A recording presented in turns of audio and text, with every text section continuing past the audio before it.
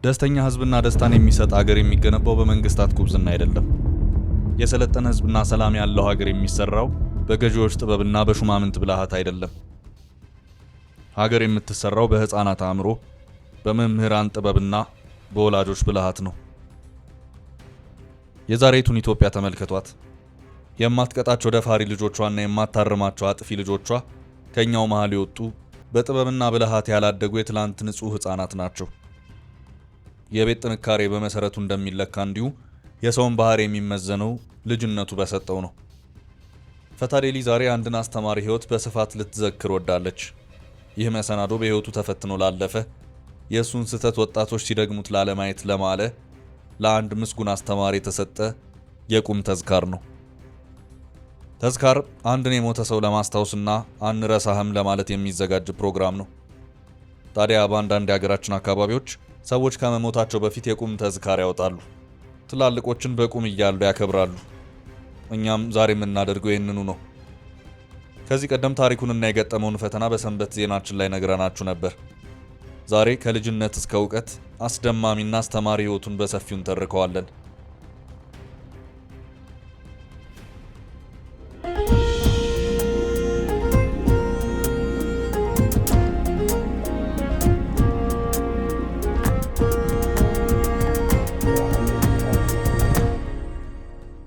ልጅነት ዳኛቸው ይባላል። ተወልዶ ያደገው ድሬዳዋ ነው። በትምህርቱ ጥሩ ካልነበሩ ኩዮቹ መሃል ነበር። ሁሌም በትምህርታቸው የተሻሉ ተማሪዎችን ሲያገኝ እንዴት እንደሚያጠኑ ይጠይቅ እንደነበር ያስታውሳል። በአንድ ወቅት ከክፍል አንደኛ የሚወጣ ጓደኛውን እንዴት ጎበዝ መሆን እንደሚቻል ሲጠይቀው የአሳ ዘይት ጠጥቶ እንደሆነ ይነግረዋል። ሞከረው፣ ለውጥ የለም። ሌላኛው ጓደኛው ደግሞ ጠዋት ሜዲቴት ስለማደርግ ነው ትምህርት የሚገባኝ አለው። እሱንም ሞከረ፣ አልተሳካም። አንድ በጣም የምወደው ጓደኛ ነበረኝ። እሱ ደግሞ ቴኳንዶ ስለምሰራ ነው አለኝ። ቴኳንዶ ስሰራ ግራ እጄ ተሰብሮ ወጣሁ። you have to learn መማር ግድ ያለባችሁ ማለት ነው to live for others ለሌሎች ለመኖር። የመጀመሪያ ደረጃ ትምህርቱ እንዲህ በመባከንና ጉብዝናን በመፈለግ አለፈ። እርሱና ጉብዝና ግን ሊገናኙ አልቻሉ። 8ኛ ክፍል ሲደርስ አባቱ በጡረታ ምክንያት ከስራቸው ተገለሉ። ይሄኔ እርሱ የሚማርበትን ትምህርት ቤት የወር ክፍያ ለመክፈል የሚያስችል አቅም አልነበራቸውም። ስለዚህ አማራጫቸው ሁለት ብቻ ነበር። አንደኛው ልጃቸው በሚማርበት ትምህርት ቤት ዘበኛ ሆኖ መቀጠር፣ ሁለተኛው በስተርጅና የሚያውቁትን የብየዳ ስራ እየሰሩ ልጃቸውን ማስተማር። ጠንካራው አባት የመጀመሪያውን መረጡ። እርሳቸው ጥበቃ ሆነው ትምህርት ቤቱን ካገለገሉ እርሳቸው ድንገት ቢሞቱ እንኳን ልጃቸው ከትምህርት ቤቱ አይባረርም፣ በነፃ ይማራል። ይህን ስላወቁ በጥበቃነት ተቀጠሩ። ይህን ሲሰማ ዳኛቸው ደበረው። አባቱን ጠላቸው። ወደ ትምህርት ቤቱ ሲገባና ሲወጣ ዘበኛ አባቱን ላለማየት መሳቀቅ ጀመረ። ይህ ዕድሜ ልጆች በብዙ የስሜት ፈተና የሚቸገሩበት፣ ጥቂት የማይባሉ ታዳጊዎችም ይህን ፈተና ማለፍ አቅቷቸው ከወላጆቻቸው ከአሳዳጊዎቻቸውና ከአካባቢያቸው የሚቃቃሩበት ነው። ይህ እንዳይሆን ግን የዳኛቸውን ልብ የሚያራራ አንድ አጋጣሚ ተፈጠረ። ክፍት ጫማ ለብሰው ወደ ትምህርት ቤት የመጡ ተማሪዎችን የትምህርት ቤቱ ዳይሬክተር ሰብስቦ አባረራቸው። ዕለቱ የፈተና ቀን ነበር። ከተባረሩ ተማሪዎች መሃል ዳኛቸው አንዱ ነበር። ይህን ያዩት አባቱ ተከትለው ጠሩት። እየተናደደ ምንድን ነው አላቸው። ቀስ ብለው ወደ ዘበኛ ቤታቸው አስገቡትና ያደረጉትን ጫማ አውልቀው ሰጡት። ዳኛቸው የአባቱን ሰፊ ጫማ አድርጎ ወደ ፈተናው ገባ። ይህን አባቱ ለሱ ምን ያህል ሩቅ እንደሚሄዱ ገመተ። የ8ኛ ክፍል ሚኒስትሪ ሲፈተኑ ጎኑ ከተቀመጠ ጎበዝ ልጅ ኮርጆ 96% አመጣ። ይህን ሲያዩ አባቱ ደስታቸውን መቆጣጠር አልቻሉ። በተማሪ ሁሉ ፊት አቀፉት። ደስታቸው ወደር አልነበረው። ይህን ሲያይ ዳኛቸው አስቦት የማያውቀው ግርምት ውስጡ እንዳበሰው። አባቴ በእኔ ጎበዝ መሆኔ ይህን ያህል ሊደሰት እንደሚችል አላውቅም ነበር ይላል። ብርሌ ከነቃ። አባቱ ተማሪዎች መካከል አይናቸው በእንባ ተሞልቶ አቅፈው ሲያሽከረክሩት አባቱን ስለማስደሰት ብቸኛው የፍጥነት መንገድ ትምህርት መሆኑ ገባው። የዓመቱ ትምህርት ተከፍቶ 9ኛ ክፍል እስኪገባ ድረስ በድሬዳዋ ከተማ በሚገኝ ቤተ መጻሕፍት ጠዋት እየሄደ ማንበብና ማጥናት ጀመረ። ሂሳብ ነው መጀመሪያ ማጥናት የጀመርኩት የሚለው ዳኛቸው የተለያዩ የሂሳብ ስሌቶችን እንደ አዲስ መቀመር ያዘ። በጓደኞቹ እጅ ሲሽሞነመኑ ያያቸው ቁጥሮች ታዘዙት። አይኑ ላይ ብዥታና ግርታ ሲፈጥሩ የነበሩ ስሌቶችን ያለ ችግር ይቀምራቸው ገባ። የክረምት ወራት አልቆ 9ኛ ክፍል ሲገባ ሂሳብ ቀሎኝ ስለነበር ጥሩ ውጤት ማምጣት ስጀምር ትምህርት ይገባኛል እንደኔ እስክል ድረስ ጥሩ ውጤት ማምጣት ጀመርኩኝ ይላል። ዳኛቸው ለመጀመሪያ ጊዜ 9ኛ ክፍል የመጀመሪያው መንፈቅ ዓመትን 3ኛ በመውጣት አጠናቀቀ። 9ኛ ክፍል ስገባ ነቃው የሚለው ዳኛቸው ከዚያ በኋላ ትምህርቱ ላይ ጠንክሮ መቀጠሉ አንዱ የህይወቱ አካል ሆነ። ብርሌ ከነቃ አይሆንም ዕቃ አይደል ተረቱ። ከዚህ በኋላ ዳኛቸው የደረጃ ተማሪ እንደሆነ ቀጠለ። 2007 ዓ.ም የ12ኛ ክፍል የመልቀቂያ ፈተና ወስዶ 515 በማምጣት አዲስ አበባ ዩኒቨርሲቲን ተቀላቀለ። ይህኔ በቤተሰቡ ዘንድ ከፍተኛ ደስታ ሆነ። ጉዞ ወደ ትልቅ ባህር። ዩኒቨርሲቲ ለብዙ ወጣቶች የባህርን ያህል አዲስና ሰፊ ነው። በጠባብ ዓለም ውስጥ ከወላጆቻቸውና ከጥቂት ጓደኞቻቸው ጋር በጥብቅ ክትትልና ቁጥጥር ያደጉ ልጆች ለከፍተኛ ትምህርት ወደ ሌላ ከተማ ርቀው ሲጓዙ የሚገጥማቸው ምን እንደሆነ አይነገራቸውም። ነፃነት ምን እንደሆነ፣ ራስን ማስተዳደርና መምራት ምን እንደሚፈልግ ኮች የሚያደርጋቸው አንድም አዋቂ ከጎናቸው አይኖርም። ስለዚህ ሁሉም ሊባል በሚያስደፍር ቁጥር ወደ ዩኒቨርሲቲዎች የሚሄዱት ተማሪዎች ነፃነታቸውን ማስተዳደርና ራሳቸውን መምራት አቅቷቸው ይወድቃሉ። ዳኛቸው አዲስ አበባ ዩኒቨርሲቲ ሜካኒካል ምህንድስና ትምህርት ክፍል ነበር የገባው። የመጀመሪያዎቹ 6 ወራት ወደማያውቃቸው ሱሶች ለመሳብ በቂ ነበሩ። ጫት፣ ሲጋራ፣ አደንዛዥ ዕፅ ሁሉንም ሞከረው። ሁሉም ደስ አለው። ይሄ ደስታ ጊዜያዊና መዘዙ ብዙ እንደሆነ የሚነግረው የቅርብ ሰው አጠገቡ አልነበረም። ከ1 ዓመት ከ6 ወር በኋላ ትምህርቱን መቀጠል አልቻለም። ተባረረ። እንደተባረረ ወደ ድሬዳዋ አልተመለሰም። የቀሩትን 6 ወሮች እያወደለደለ ቆይቶ ክረምት ላይ እንደተማረ ሰው ከጓደኞቹ ጋር ወደ አባቱ ቤት ሄደ። ለአባቱ ግን የቻይና ሀገር የትምህርት ዕድል እንዳገኘና እሱን ለመጠቀም ትምህርቱን እንዳቆመ፣ ነገር ግን ገንዘብ ስለሌለው መሄድ እንደማይችል ነገራቸው። በልጃቸው ትልቅ እምነት ያላቸው አባቱ ያላቸውን ንብረት ሸጠው ወደ ቻይና ላኩት። እርሱ ግን አዲስ አበባ የጀመረው ሱሱ ቻይና ድረስ ተከተለውና መማር ከበደው። ከቆይታ በኋላ በሱሱ ምክንያት በፖሊስ ተይዞ ወደ ሀገሩ እንዲመለስ ተደረገ።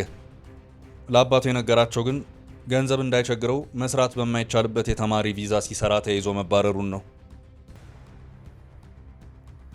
እሳቸውም ጀግና ልጃቸውን አመኑት። ስለዚህ እንደገና የቀረቃቸውን ሸጠው ከጎረቤቶቻቸው ተበዳድረው ከአቅማቸው በላይ ችግር ውስጥ ገብተው ድጋሚ ወደ ቻይና ላኩት። ይህን ጊዜ ወደ ሱሱ ላይ መለስ ለራሱ ቃል ገብቶ ነበር። ነገር ግን ወደ ተመደበበት ዩኒቨርሲቲ እንደገባ ባላሰበው የመጠጥ ፍቅር ተለከፈ። በዚህ ምክንያት ትምህርቱን ትቶ ዶርም ውስጥ ሲጠጣ መዋልና ማደር ጀመረ። እንዲህ እያደረገ ዓመት ከቆየ በኋላ አሁንም ከቻይና ተባረረ። ሲመለስ ግን ወደ አባቱ ቤት አልሄደም። አዲስ አበባ መቆየትን መረጠ። በኪሱ ውስጥ የነበረች ጥቂት ዶላር እስክታልቅ በሱሱ መሃል ሲሟሟቅ ሰነበተ። ገንዘቡ ሲያልቅ ወደ ጎዳና ወጣ። የጎዳና ልጅ። የአዲስ አበባ ጎዳና በሰፊ ሆዱ ያልተሸከመው ታሪክ የለም። እያንዳንዱ የጎዳና ልጅ ተይዞ ቢጠየቅ የሚናገረው ልዩ ታሪክ አለው። ሁሉም የጎዳና ልጅ በብርድና ፀሐይ ለመደብደብ የሚያበቃ ጥፋት የለውም። አብዛኛው ልጅ ጉርምስናውን የሚያስታምምበት ጥበብ በማጣቱ መድረሻው ጎዳና ይሆናል። የዳኛቸውም ታሪክ እንዲሁ ነው። ሌሊቱን ሙሉ በሚደምቀው ቺቺኒያ አካባቢ ሌሊቱን እያሳለፈ ቀኑን በእንቅልፍ ለማሳለፍ አባዶ ወደ ተባለ ሰፈር በእግሩ ይጓዛል። በቺቺኒያና አባዶ መሃል ያለው ርቀት ግመል በእግሩ አትዘልቀውም። ዳኛቸው ግን በየዕለቱ ይመላለሰው ነበር። ውስጥ እግሬ አብጦ ነበርም ይላል። በኋላ ከአዲስ አበባ በልመና ብር ተሳፍሮ ቢሾፍቱ ደብረ ዘይት ገባ። ምክንያቱ የሚያውቁ ሰዎች አይተውት ለአባቱ እንዳይነግሩበት በመፍራቱ ነበር። አዲስ ሕይወት በቢሾፍቱ ጎዳናዎች ላይ ቀጠለ። ቀናት ቀናትን ተክተው ጊዜው ሲነጉድ ግን የዳኛቸው አቅም መድከም ጀመረ። ያለ እህልና ውሃ የሚያሳልፋቸው ቀናት በዙ። ስለዚህ የመሞት ስጋት ውስጡ ሲገባ የአስክሬኑ ነገር አሳሰበው። አዲስ አበባ ብሞት አስክሬኔን ለቤተሰቦች የሚልክ ሰው አላጣም ብሎ በልመና ብር ተሳፍሮ ወደ አዲስ አበባ መመለስ ጀመረ። ይህኔ ነው የህይወቱ ትርጉም የጀመረው። አንድ ሰው። በሁላችንም ህይወት ውስጥ አንድ ሰው አለ። እኛም በአንድ ሰው ህይወት ውስጥ እንኖር ይሆናል። ያ ሰው የደከምን ጊዜ መውደቂያችንን ስንፈልግ ከምድር ቢቀል ከሰማይ ውረድ ሳይታወቅ ደርሶ የሚደግፈን ነው። ዳኛቸው ወደ አዲስ አበባ ሲመለስ በአንድ ያልታሰበ አጋጣሚ ከአንዲት ሴት ጎን ተቀመጠ። ወሬ ጀመሩ። ታሪኩን ነገራት። አለቀሰች፣ አዘነችለት። ሰው ሲያዝንለት ከረጅም ጊዜ በኋላ የመጀመሪያው ነበር። አዲስ አበባ ሲደርሱ እርሷ ስራ እንዳለባት፣ ነገር ግን ስትጨርስ ተመልሳ ወደ ደብረ ዘይት እንደምትወስደው፣ እዛም ቤት ተከራይታ እንደምታስቀምጠው ቃል ገባችለት። ደስ አለው። በማግስቱ ተመልሰው ደብረ ዘይት ገቡ። ተከራይታ የምትኖርበት አንድ ክፍል ቤት ነበራት። ይዛው ገባች። ቆሽሾ ነበር። መኪና ሲሳፈር ሰው እንዳይሸተው መስኮት ዳር ፈልጎ ነበር የሚቀመጠው። ይህን ሰው ይዛ መታወቂያ ሳትጠይቀው ተያዥ አምጣ ሳትለው ቤቷ አስገባችሁ። አብረው መኖር ጀመሩ። ፍቅር ተጀመረ። ይሄ ከሰማይ እንደመና የወረደለት ፍቅርና ቸርነት ግን ሱሱን ሊገራለት አልቻለም። ዳግም ወደ ሱሱ ተመለሰ። በእርሱ ሱስ ምክንያት ሕይወት ይከብዳቸው ጀመር። እርሷ ትምህርቷን አቋረጠች፣ ስራዋን አጣች። አንድ ክፍል ቤቷ ውስጥ ለመኖር አቅም አነሳት። ስለዚህ ይዛው ረከስ ወዳለ ሰፈር ገባች። ሰው ቤት ውስጥ ተቀጥራ መስራት ጀመረች። ምን አስነክታት ነው ቢባል ታፈቅረኛለች ነው መልሱ። በእርግጥም ከዚህ በላይ አሳማኝ መልስ በዓለማችን ላይ አልተፈጠረም። መብራትና ውሃ በሌለበት ጭቃ ቤት ውስጥ እየኖሩ መጽሐፍ ማንበብ ጀመረ። መጽሐፍ ቅዱስ ማጥናት ቀጠለ። የሆነ አንድ ቀን ሲጃራ ማጨሱን አቆመ። ለማቆም አልማለም፣ አልተገዘተም። ድንገት ራሱን ያገኘው ግን ሲጋራ የማያምረው ሰው ሆኖ ነው። ከዚያም ስራ ለመስራት ይጥር ጀመር። ስትሪንግ አርት ስለሚባል በጣውላ ላይ ክር በመተብተብ ስዕል የመስራት ጥበብ ከኢንተርኔት ላይ አይቶ እሱን እየሰራ መሸጥ ጀመረ። ይሄ ሁሉ ሲሆን አባቱ የሚያውቁት ልጃቸው ቻይና እንዳለ ነበር። በውጭ ስልክ እየደወለ እሱም ቻይና መሆኑን ያረጋግጥላቸዋል። ጸጸት። እውነትና ብርሃን እያደር ይወጣል። የዳኛቸው አባት በስተመጨረሻ እውነቱን አወቁ። ዳኛቸው ከቻይና እንደተመለሰ ነገራቸው። ሊያዩት መጡ። ይዟቸው የገባበት ቤት ልባቸውን ሰበረው። ያ ሁሉ መስዋዕትነት የተከፈለበት ልጅ ጨለማ ቤት ውስጥ አፈር ላይ ስስ ፍራሽ አንጥፎ ይተኛል። ይህ ህመም ጥልቀቱ ምን ያህል እንደሆነ የሚገባው ወልዶ ያደረሰ ብቻ ነው። ነገር ግን አንዳንድ አባቶች አሉ። እነርሱ ሁሌም ከልጃቸው ጎን መቆም አይታክታቸውም። ልጃቸው ከዓለም ተገፍቶ ብቻውን ቢጣል እንኳ ዓለምን ንቀው ከልጃቸው ጎን ለመሰለፍ የማያመነቱ አባቶች ጥቂቶች ናቸው። ጥፋት እየመነዘሩ ከመክሰስና ከመራገም ይልቅ አሁንም በርታ፣ አንተ ጎበዝ ልጅ ነህ የማለት አቅም ያላቸው አባቶች አሉ። የዳኛቸው አባት አንዱ ነበሩ። ልጃቸውን አበረቱት። እርሳቸው ግን በጉበት ካንሰር ተያያዙ። ክፉኛ ታመው ተሰቃዩ። ይሄ ኑሯቸው በችግርና ጉስቁልና የተደቆሰ ነበር። ለዚህም ምክንያቱ ልጄን አስተምራለሁ ብለው የተበደሩት ገንዘብና የሸጡት ንብረት ነው። የጎረቤቱን ግልምጫና አፍ መቻል ሲያቅታቸው ልጃቸውን አንተ ጋር መምጣቴ ነው አሉት። ህመም የበረታባቸውን የተጎዱ አባቱን ተቀበላቸው። ከመሞታቸው በፊት ግን አንድ ትንቢት መሰል እውነት ነገሩት። አንተ እኮ ልጆች ብታስጠና ጥሩ ነበር አሉት። ሁሌም የሚያፈቅራችሁ ሰው ከለበሳችሁት ቡትቶ ጀርባ የተደበቀ ኃይላችሁን ያውቀዋል። የዳኛቸው አባት ይህን ነግረውት ከዚህ ዓለም መከራ አረፉ።